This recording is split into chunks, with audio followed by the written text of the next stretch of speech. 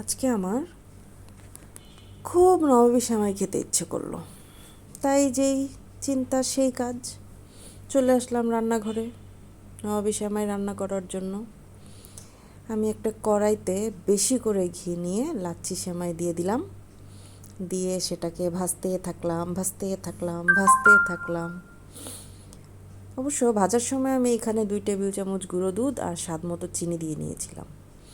এরপরে ভাজতে যখন এটা একটু ব্রাউন কালার হলো, একটু কালারটা চেঞ্জ করলো এবং মুচমুচে হয়ে আসলো, ঠিক ওই সময় আমি এটাকে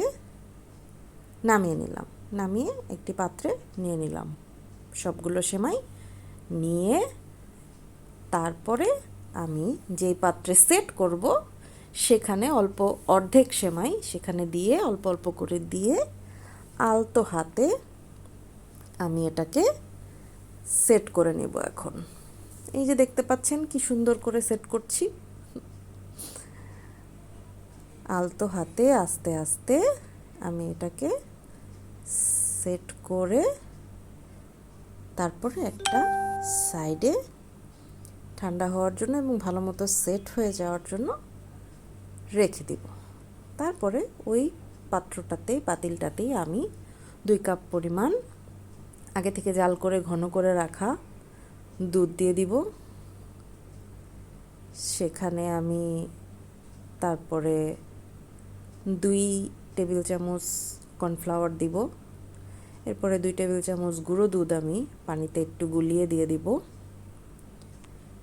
তারপরে সেখানে আমি 2 টেবিল চামচ কাস্টার্ড পাউডারও দিয়ে দিব।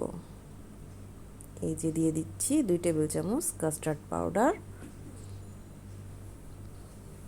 তারপরে এখানে আমি একটা বড় চামচ নিয়ে, তরকারির যে চামচ থাকে সেটা নিয়ে 1 চামচ ভরে এখন কনডেন্সড মিল্ক দিয়ে দিব। বাহ, কি দারুণ লাগছে না?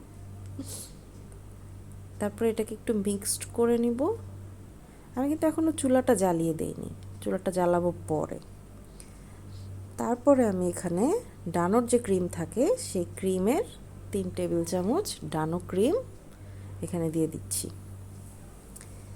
দিয়ে এটাকে মিক্স করে এখন আমি চুলাটা জ্বালিয়ে দিব। তারপরে এটা আস্তে আস্তে জাল হতে থাকবে। জাল হতে যখন ঘন হয়ে আসবে তখন এরকম করে আস্তে আস্তে জাল হতে এই যে দেখেন ঘন হয়ে আসছে কি সুন্দর। এটা আরও ঘন হবে জাল হতে যখন এরকম একটা কনসিস্টেন্সিতে চলে আসবে। এই যে এরকম দেখেন কি সুন্দর লাগছে দেখতে, খেতেও কিন্তু দারুণ হয়েছে। তখন আমি কি করব, এটাকে গরম গরম অবস্থায় সেট করে রাখা লাচ্ছি সেমাইটার মধ্যে ঢেলে দিব। এই যে দেখুন, উফ কি স্যাটিসফাইং, ওয়াও। তারপর এটাকে আমি সেট হওয়ার জন্য একটু সুন্দর করে এটাকে স্প্রেড করে নিব, আর একটু দিয়ে দিব উপর দিয়ে। অনেক হয়ে গিয়েছে, এটা দিয়ে পরে কি করা যায় সেটাই ভাবতে হবে। যতটুকু রয়েছে অতটুকু দিয়ে আমি কি করব, আমি কিন্তু এটা করতে করতে সেটাও ভাবছিলাম। তারপরে বাকি যে সেমাইটা রেখেছিলাম সেটা এই যে সুন্দর করে উপর দিয়ে আলতো হাতে দিয়ে দিতে হবে। এই যে দেখেন আমি দিয়ে দিচ্ছি। উফ, ভয়েস দেওয়ার সময় এখন আমার আবার খেতে ইচ্ছে করছে। কি যে ইয়াম্মি হয়েছিল না, কথাই বলতে পারছি না। এখন আমার আবার খেতে হবে মনে হচ্ছে। এখন অনেক রাত, মনে হচ্ছে আবার গিয়ে রান্না করি। এই যে আমার সেট করা হয়ে গেল। এখন এটাকে আমি 3-4 ঘন্টার জন্য ফ্রিজে সেট হতে রেখে দিব। এই যে দেখেন আমি একটা র্যাপার দিয়ে র্যাপ করে এটাকে রেখে দিয়েছিলাম। এখন আমি কি করব, এখন আমি এটার উপরে কিছু বাদাম কুচি দিয়ে এটাকে একটু গার্নিশ করে নিব। আমি অনেকগুলো বাদাম কেটে নিয়েছিলাম, সেটাকে আমি এখন সুন্দর করে চারপাশে স্প্রেড করে দিব। এই যে দেখেন সুন্দর করে। আসলে খাবার জিনিস দেখতে সুন্দর না হলে কিন্তু খেতে অতটা ভালো লাগবে না। যেটা দেখতে সুন্দর সেটা কিন্তু খাওয়ার আগ্রহও আসে, খেতেও মজা লাগে। এই যে দেখুন আমি সুন্দর করে এটাকে সাজিয়ে নিচ্ছি আমার মনের মতো করে বাদাম দিয়ে। আমি বাদাম খেতে খুব পছন্দ করি, তাই বেশি বেশি বাদাম দিয়ে দিলাম। বাদাম দেওয়ার পরে কিন্তু আমি আরও কিছুক্ষণ এটাকে ফ্রিজে রাখবো, দেন আমি এটাকে খাবো।